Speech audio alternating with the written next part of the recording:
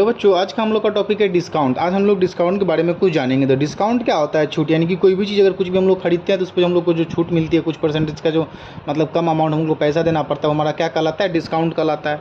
तो इसी रिलेटेड यहाँ पे डिस्काउंट का फॉर्मूला क्या हो जाएगा? यहाँ पे डिस्काउंट, ठीक है। तो डिस्काउंट का यहाँ पे हम लोग का फॉर्मूला क्या हो जाता है? MP minus SP। और यहाँ पे MP क्या होता है, ये SP क्या होता है, ठीक है।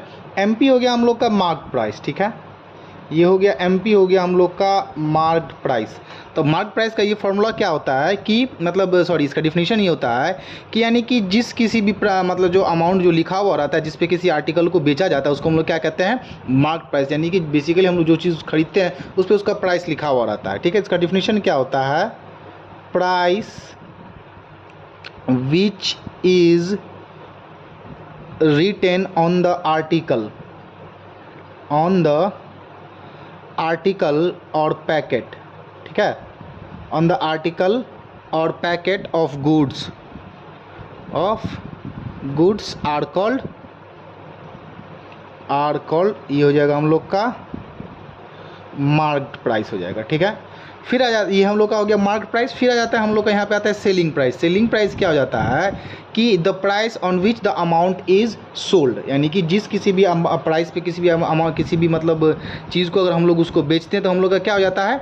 सेलिंग प्राइस हो जाता है, ठीक है। यानी कि ये सेलिंग प्राइस ये डिफर भी कर सकता है, ठीक है। यहाँ पे हम लोग कर सकते हैं कि जैसे सेलिंग प्राइस होता है वो हम लोग कुछ मतलब एक्चुअल अमाउंट से डिफर भी हो सकता है। जैसे सपोज कोई ऑब्जेक्ट हम लोग खरीदने के लिए गए, उस पर लिखा हुआ है 130 रुपीज़, ठीक है। लेकिन एक्चुअली में क्या होता है कि ये हो गया हम लोग का मार्केट प्राइस हो जाएगा, ठीक है। लेकिन हम लोग क्या करते हैं कि जो उसको जो वहाँ पे उसमें हम लोग तोल मोल करके कुछ अमाउंट उसमें डिडक्ट करके उसको हम देते हैं। सपोज 130 किसी भी चीज़ मतलब किसी भी चीज़ पे लिखा हुआ है, लेकिन हम लोग उसको देते हैं सपोज हम लोग 110 रुपीज़ उसको हम लोग दे रहे हैं, ठीक है। तो यहाँ पे डिस्काउंट क्या हो जाएगा? Discount is equals to mark price. ये हो जाएगा हम लोग का मार्क प्राइस हो जाएगा। और जो सेलिंग प्राइस यानी कि जो उसको अमाउंट हम लोग दे रहे हैं, कितना दिया? 110 दिया, तो दोनों का डिफरेंस कितना आ गया? ये 20 हो गया। तो ये जो डिस्काउंट होता है वही क्या होता है? मार्क प्राइस और सेलिंग प्राइस का ये क्या होता है? ये डिफरेंस हो जाता है, ठीक है। अब इसमें जो नेक्स्ट हम लोग का देखने को मिलता है, इसका नेक्स्ट जो फार्मूला नेक्स्ट जो फार्मूला जो हम लोग का आता है वो है net price. Net price is equals to क्या हो जाता है?